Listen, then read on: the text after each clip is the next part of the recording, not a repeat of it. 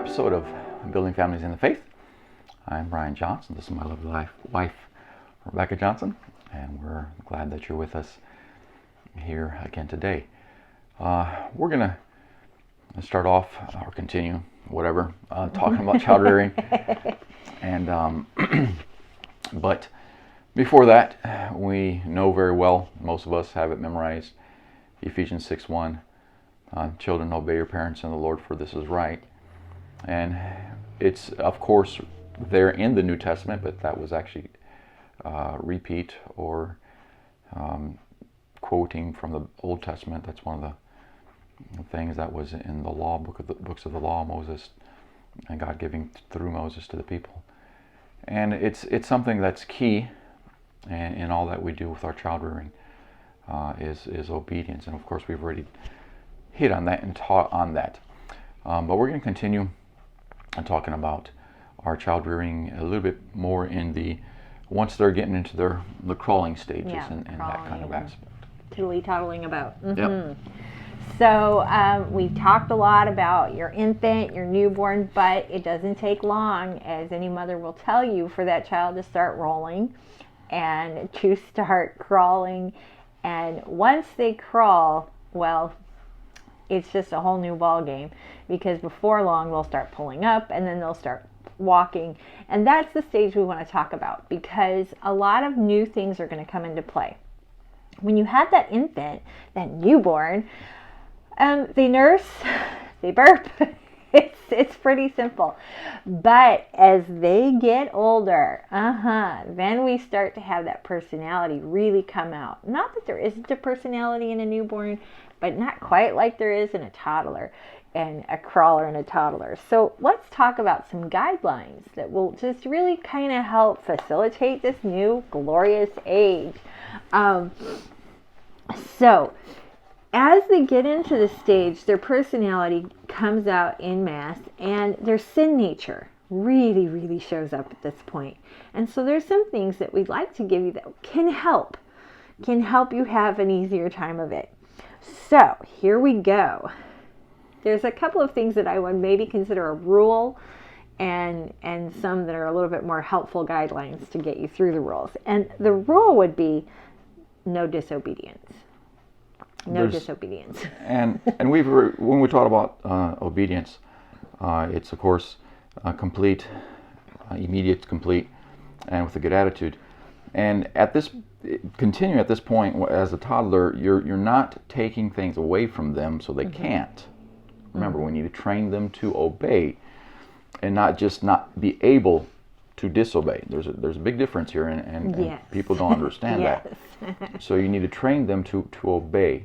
And there's like my wife said, there's no excuse. If you tell them to do something, they need to do it immediately, completely, and with a good attitude. And if you don't teach them at this point, the older they get, the harder it will be for you to train them, for you to teach them to obey. You're not necessarily at this point giving them all the reasons. In fact, you're not giving them any of the reasons right now. They don't need it. You're not teaching them the principles right now. You might state it here and there so it starts to sink in, but this is not the time to be iterating that. Right now, it's just to obey and force them to obey, and discipline them if they don't obey, and keep on reiterating that. And as we go through this, I'm going to be very consistent, I hope, to remind you of your consistency. You need to be consistent. And if you're not consistent, they will learn quickly your tells of when they can and when they cannot. Kids are better poker players than us. Yes, they will know very well if you're serious about it or not. And so you need to learn to be very serious about this rule. This is some of these principles that we give are principles out of the Bible, but this one is clearly children, obey your parents. And so we definitely need to consistently teach them and demand this of them. And there's, like she said, no excuse. Right. No excuse. Now, what we're going to do, we're going to give you the two basic rules that everything else, the principles are all based off of the guidelines, okay? So the first one, and we're going to get to how to, okay? So don't panic. The first one is no disobedience, no excuses. And the second one is if you whine, you do not get it. Now, that's also a biblical principle because God is very clear with the children of Israel and over. He doesn't like complaining. So that's a biblical one. The biggest thing that the Israelites, you see them over and over and over again complaining and whining and complaining and whining. And they didn't get into the promised land because of that.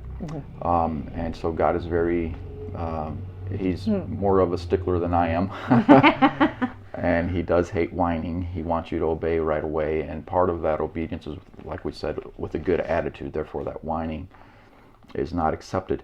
And right here at this age is when they're going to really start pushing this. Oh, yeah. And as they get older, we get tired of it, and we do accept it, unfortunately, still at the older ages. But at this point, most parents definitely let kids get away with whining and give them their way and all that kind of stuff. And that is not biblical, and that is detrimental to your future, to their future. And so we definitely want to establish early on, very, very, very early on, the obedience and the no whining aspect of child rearing, child discipline, Yes. child education. Now, okay, let's get it down to some practical things. These kind of fall into it like a pitfall bit where a lot of parents make some dreadful mistakes. And it starts right here with your crawlers and toddlers, and here's why. Okay, we're going to start with the kicker. You eat everything you're given.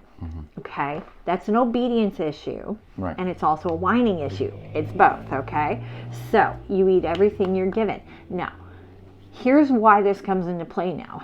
If you're a first-time mother, this is about the time that baby now needs something more than just your milk. Okay, very quickly, ladies, if you're first time into this, now if you're an experienced mom, you're like, oh yeah, I got that. But first time moms will be surprised that already at, good grief, our son was 3 months old when he needed bananas to supplement my milk. So about 3-4 months old, your milk will not suffice anymore. You figure this out because they no longer sleep through the night if they had been. And there's different signs where they're eating more often. And that means it's just not enough. It's time to move on. And that's okay. That's how God planned it.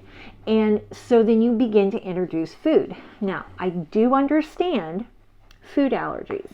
So when you introduce food, doctors and pediatricians and things tell you introduce one thing at a time. I'm afraid I was not that good at that. But I did stick to fruits and vegetables.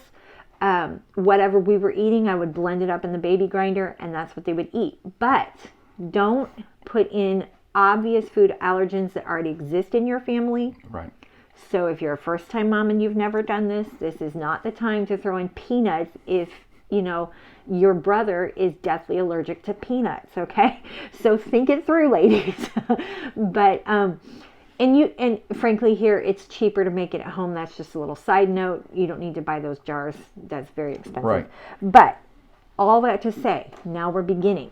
Now you're switching from a full milk diet to fruits and vegetables. Babies will always prefer fruit because of the sugar, the natural sugar in fruit. Then they will vegetables. Does that mean you don't give them vegetables? No. They eat everything they are given. End of story. And as a parent, you don't just give them certain things either. Yeah. Obviously, I mean, like my wife said, you're wise about what you give them, but you do give them things that like peas and things that we have. You know, if you say a certain vegetable, automatically as a child we think, okay, that child's not going to like that. Well, that's fine. That's good. I mean, that's not a problem that they don't like it, but it's an excellent tool now for us to teach them. Yes. That life is not about what you like. Life is about doing things that's right and proper, and we obey God because He tells us to, and therefore the kid needs to learn to obey you because we tell them to. Now we know that spinach, and we know that peas, and we know that all these other things that normally we associate the kids hate these things. We know that it's very healthy for them, and so we will implement this into their diet. No, it doesn't have to be an everyday thing. But we will implement it into their diet, and yes, they will have to eat it. Now, this is going to sound brutal, but it really isn't, okay? By not controlling their food as a very young child, you are contributing to their bad health as an adult. Yes. Understand, parent, that when you do not make them eat what they are given and let them hold out, and as they get a little bit older into toddler age, they're going to figure it out. If I throw a tantrum now, if I refuse to eat now, mom's going to panic and give me what I want in 20 minutes. I can hold out for 20 minutes. If I spit it out, it's fine. It'll never come back in my mouth. Mom is too stupid to realize that I know what I'm doing and I'm holding out for the pizza and stuff that I don't need. And we've seen this over and over and over again. These young children become extremely obese. They have much higher chances for child diabetes, bad teeth. So it isn't funny. It isn't funny. You need to feed them. So when you have that toddler, when you have that crawler, we're talking right now, 3-4 months old, they're starting, they spit it out, scoop it back up, put it in their mouth, and I'm not joking, put your hand over their mouth, not over their nose, they can still breathe, and I'm not saying suffocate them, I'm saying gently but firmly put your hand over their mouth and make them swallow it. They need to learn to eat correctly. And do not introduce at this point junk food. Yes. Don't give them ice cream and pop and candy, and they don't need that. You don't need that. You're just making it harder for yourself by giving them all these things that is trash for them. First of all, you're destroying their health. Right. But you're also making it harder for you to establish, because this is the time that you establish that they eat everything. Once it's established, they learn that that's what they're supposed to do, and they'll do it automatically, and you don't have to work at it. Right. But at this point, if you're giving them junk food, if you're giving them candy and chocolates and all this kind of stuff, and you're trying to give them peas at the same time, it's going to be so much work for you. I mean, you maybe can do it. I don't know. We didn't try it that way, but but we've seen throughout our life, we've seen people, and it doesn't work. They will always go for the cookies. Yes. You don't need to be buying packaged cookies, packaged chips. None of that. You don't need to buy that for your child. There is no need for that to be in their diet. There's really no need for that to be in their diet at any point. That should be a very rare and special treat for occasions, and we'll tell you when those are. So a lot of this principle around this obedience is going to center around the dinner table. There's going to be a few other spots, obviously, and we're going to talk about that. But the dinner table at this stage is one of your biggest training tools. You're establishing a pattern for the rest of their life. Your meals are very consistent. Yes. So if you can be consistent with your training with the meals, then you're consistent with your training. Yeah. And so it's an excellent way to already learn the consistency, to get into the process, and the kids learn the consistency and all this. So the meal time and the food time and all this is a very, very wonderful tool God has given us to be able to train our kids to obey completely and right away, and part of that is eating all the food they're given, every kind of food they're given. Of course, not whining about the food they're given, right, and all these other things. So the dinner table will help us, and down the road we'll teach them etiquette, not eating with their mouth open, all those kind of things. So our meal time is a thing that's always is there all the time, and so it makes it an easy spot, right, for us to train our kids. And down the road, we'll give you other tips about other ages. But this is a wonderful thing that you can do, but you need to be consistent again with all of this. Now, about the table, let's talk about another issue at the table. Your child needs to learn to sit down. One of the biggest issues we're seeing today is that children graze like cattle, and that isn't good. Mealtime, you need to come together and you need to sit down. You need to sit as a family and you need to eat together at the table. Back in the day, we used high chairs. It was great. They were contained. But unfortunately, as we've gone on, people are all concerned about their space and they feel they're too bulky. And kids are just running wild. And that is not an acceptable behavior. It's not good for them. It's not healthy. When you have mealtime, your child needs to sit down and stay seated eating until they are dismissed from the table. They don't choose when to get up. You choose. You're the parent, not them. So this goes back into the scheduling portion. If they're grazing, if they're running back and forth, you don't know when that food's going to be done, when that plate's going to be empty. Your cleaning the dishes is going to be always different, and you're going to lose a lot of time. Plus, of course, we're trying to develop character in the child. And so part of that character development is by being able to sit still. And I know at the table they're not sitting still, but being able to sit without having to get up. And this is also a training tool for church in the future. Right. So everything you're doing, you're always building upon the principles that you're building on right now, or they're going to be used for future things that you'll be teaching. And the more you get in now, the better you get it in now, the easier it will be in the future. Yes. So think about your portions. That is another issue we've seen. That's kind of a pitfall of parenting. Do understand that children of different ages eat different amounts of food. The smaller they are, the smaller the portion should be. Start small. There's no problem with giving seconds. But don't, one of the issues we've seen is that parents have no clue. They dish up the same amount for everyone, including the adults.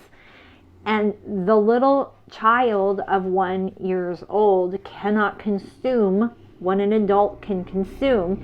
And so then the child never finishes their meal, and they've formed a habit that is going to be very detrimental. Grazing is detrimental.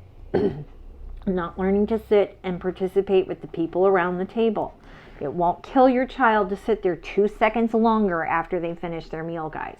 That's not that big of an issue. They can handle it. So you put on their plate what you want them to eat, what they have to eat, and then they can get seconds of whatever. But the part of this is helping you save money too. If you're throwing away leftovers, throwing away what the kid doesn't eat every day, you're wasting a lot of money, and you're not being frugal with what God has given you. And as you give them the right portions, then you can enforce this. You eat everything you're given.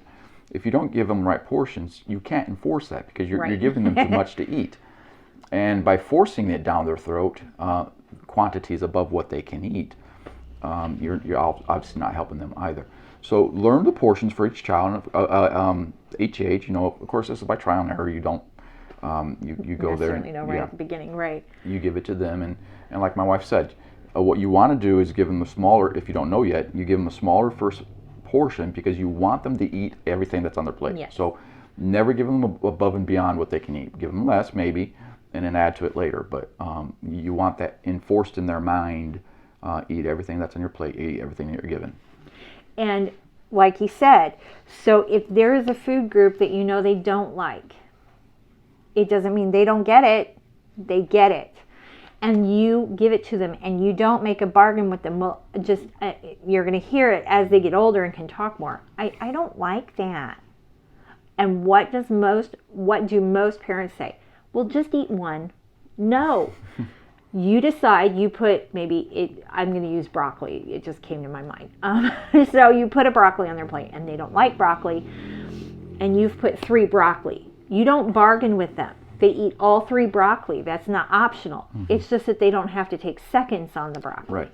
Now, when they're little and they don't speak yet, they're not going to tell you, I don't like. They're going to just go bleh and spit it right out. Not an option. You scoop it up, shove it in, put your hand over their mouth, and make them swallow. This prevents problems in the future, but also keep them at the table. The really big issue here is this idea of kids running around like crazy the entire mealtime. It is absolutely ridiculous. It is very disruptive to the meal. You can't have guests over. It's very disruptive to your guests. God forbid you should go out to eat. You are the obnoxious people nobody wants to be by because your horrid children are screaming and running around the whole time. And it isn't right. Children need to learn to sit down, and it's really a big pitfall and problem we're seeing today. Make your child sit down, be quiet, and eat. They won't die. They can handle this. And even when you go out to picnics and things like this, keep it structured. It's time to eat now, not 20 minutes from now, not an hour from now. It's time to eat now. It's time to finish eating now. So you start, you eat, you finish. And then you play. And then you play. So it's a structure, and you're developing character. One of the many things actually you're doing right now is you're developing character in the child. Finish what you start. And that's something that we see very lacking in our society today. No one finishes what they start. You start something, you don't like it, you quit. How many instruments did you throw away because the kid started and you didn't continue? And that's a lot of money that you're throwing down the drain because you didn't teach them the character of finishing what you start. So there's a lot of these things sound silly sometimes to people who don't understand all the principles behind it. And we're not going to go into all the details of all the principles that are backing. We'll give you some of them every so often. But all these things have principles behind them, have things that we're trying to establish in the child so that he can be a better, yes, citizen, but much more than a better citizen, a better Christian. Yes. A Christian who loves the Lord and who wants to serve the Lord and who obeys the Lord and doesn't whine against the Lord. Absolutely. So, as our time comes to a close today, our two basic ideal rules here are no disobedience, no excuses, and if you whine, you don't get it. Now, today, everything's centered around the table and the meals because a lot of our training can happen right there at the table. And it's a whole lot easier to train right there. We're going to talk about more of these toddler moments. We're going to teach you how to get through the crawling and toddler years. And so there's a lot more to come. Keep those two really simple basic rules in your minds. Those are biblically based. And then the rest are just ideas and guidelines that we have found has really, really helped us through the years. So, if you have any questions, please feel free to contact us via our emails or the spots below here. And we'd love to be able to help you in any questions you have. Join us again next time for Building Families in the Faith. God bless.